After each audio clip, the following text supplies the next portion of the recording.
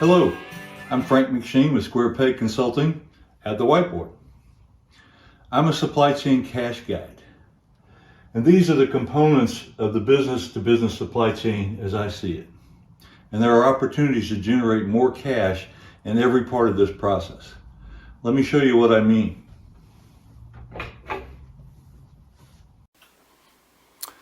Hello. In our last session, number 46, we talked about using zero-based budgeting as a way of starting with the answer of how much cash a company needs to generate. And this is really applicable in situations where there's been some significant change to the business, market-wise, structure-wise, competition-wise. When there's a significant change, that's the time that zero-based budgeting is the most useful. And so a colleague of mine said, how about give us an example that might illustrate the approach for us? So here's an example. A number of years ago, I worked with a nuclear plant, nuclear generation plant, part of a big utility, statewide utility. And they were, the utility commission was going to change the market rules regarding nuclear plants. Up to now, they'd always been able to take their cost for the year, add 10%, and that was the rate that they got repaid per kilowatt hour for running their business. So they always could count on a 10% return. Well, the rules were going to change where they're now going to have to compete in the same open market as gas-fired, hydro, solar, all the other generation sources. And that was going to make a big difference. So the rate that they were going to get to charge was the same as those other ones, and it was a good bit lower than what they had before. As a matter of fact, it was about 40% lower.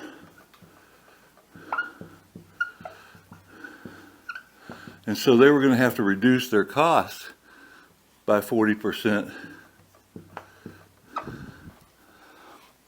40%, and not impact nuclear safety, a non-negotiable. So we utilize a zero-based budgeting approach to help them with that. Also, we had them look at, based on this change in the marketplace, where were they in their life cycle? So you have an asset like a nuclear plant. It starts in design and then build, and then it goes into operate and maintain in its life cycle, and then it's decommissioned at the end of its life cycle, right? So we said, where are you guys? Because they had operated, because of this cost plus environment, they had been able to operate in an environment similar to design and build.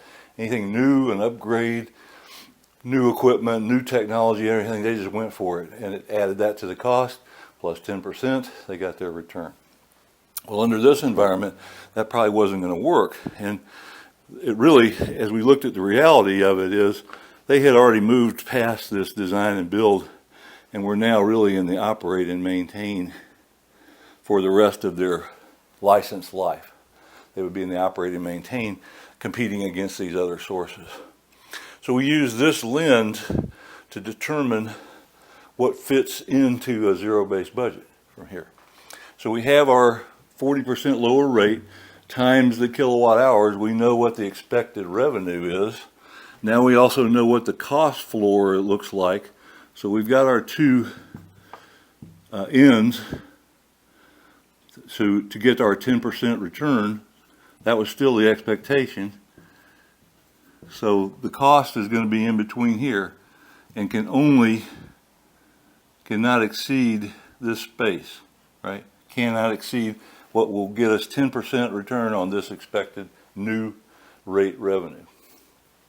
So we took everything out on paper, took everything out, and then started putting it back in using the operate and maintain as the lens to evaluate things. If it contributed to operate and maintain, it stayed. If it was something that was an upgrade, a nice to have, it was in design, it wasn't really critical to operate and maintain, it went away. So people like design engineers, That group went way down.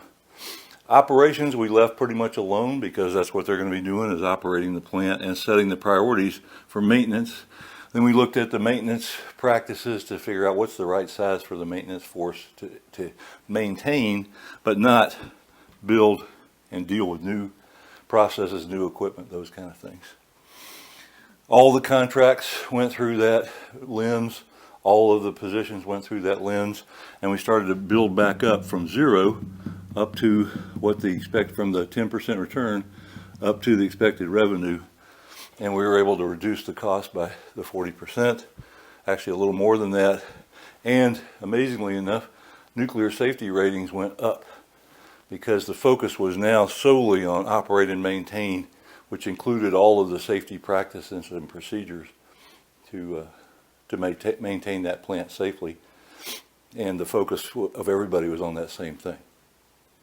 So anyway, this is a real life example using zero-based budgeting to accomplish a very significant change, which also had that unusual component of nuclear safety tied to it.